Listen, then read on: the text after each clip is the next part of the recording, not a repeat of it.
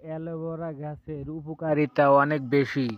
আর অ্যালোভেরার যে নির্যাস বা যে রসগুলো আছে এটা যদি আপনার শরীরের ত্বকে বা মুখে বা চুলের সাথে ব্যবহার করেন তাহলে আপনাদের ত্বক এবং মুখের উজ্জ্বলতা বৃদ্ধি পাবে।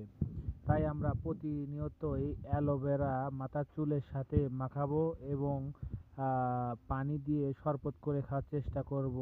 তাহলে আমাদের শরীরের অনেক উপকার হবে। তাই আমরা অনেক কষ্ট করে দুইটা টবের ভিতরে অ্যালোভেরার গাছটা রোপণ করিয়েছি। দেখেন কত সুন্দর অ্যালোভেরার গাছটা হয়েছে, দেখতে কত সুন্দর।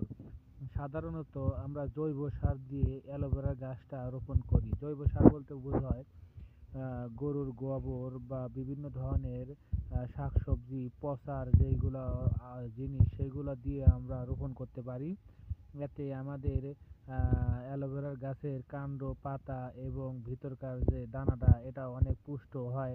তাই আমরা সবাই অ্যালোভেরা গাছ সবাই ছাদে বাসা বাড়িতে রোপণ করার চেষ্টা করব।